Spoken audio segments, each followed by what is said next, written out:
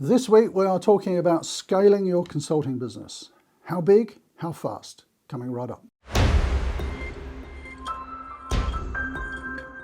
So it's a fundamental question when you're starting your consulting business. What are your goals? How big do you want it to be? And the reason I wanted to talk about it this week is I was having lunch with a friend who is also in consulting, but he's in a very different style of consulting to me.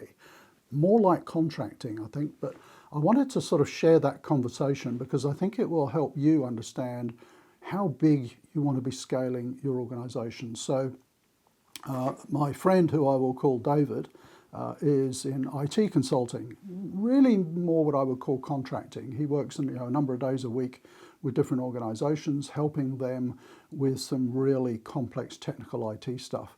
But he works on his own, makes a very good living at it.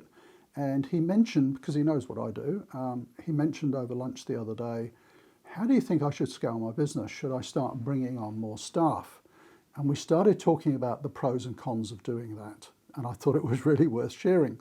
So why do you want to scale? Why would you want to scale beyond just you? That's probably the first thing to consider. And what are your goals? Are you getting into consulting for a good income? Are you getting into consulting, working for yourself because you like the lifestyle and the freedom? Do you ultimately want to be easing back and not working too much and having a big team doing all the work for you? That's kind of where I've got to. There's a number of different goals, and depending what those goals are, is going to depend how you actually want to scale your business. And I think David was quite surprised at my reaction because I basically said to him, look, I've gone from 1 to 60 people, and in fact multiple.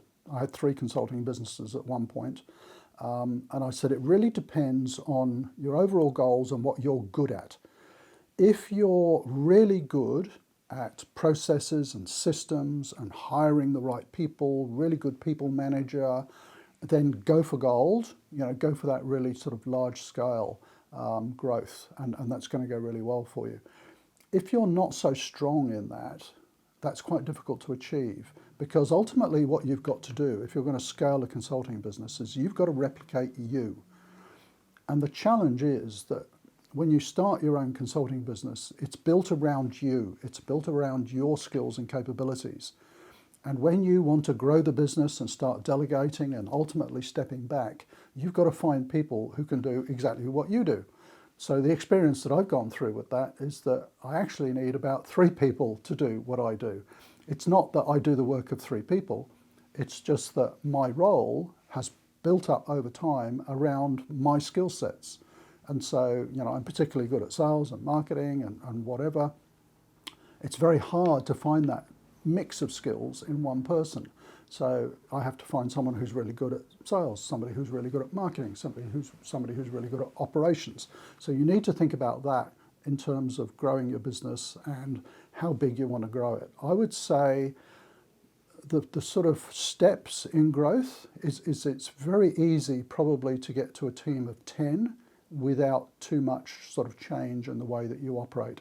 It's still small enough that it's quite easy to manage, that you can control everything. You don't need many support staff. It's easy to kind of see everything that's going on. Probably then it's a big step maybe when you get to about 30.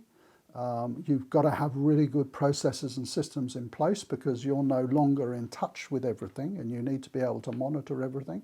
And then certainly once you get up to 50 or 60, you've delegated a lot and you're relying on other people to deliver performance. So think about that in terms of what you're comfortable doing. Do you see yourself as, managing other managers who are then managing the business? Or do you see yourself being very much in touch with everything that's going on? And maybe that team around the size of 10 or so is good for you. I'm not saying one is better than the other. I'm just saying that different size businesses come with all their different challenges and different skill sets, and you need to be comfortable about what size you're going to grow yours that's a match to what your objectives are and to what your skill sets are. So there we go. Ultimately, maybe you want to be doing like I will do in the future, and that is to kind of replace yourself and just sort of sit back as chairman or whatever and guide what's going on. I'm not there yet. I'm still enjoying it too much. but that's probably what my goal is. And I'm comfortable with the size that I've got. One more thing. If you're considering growing your business and you're wondering about scaling and how you go about that, I'll put a link up here to a website where there's actually a bit of a business plan you can download.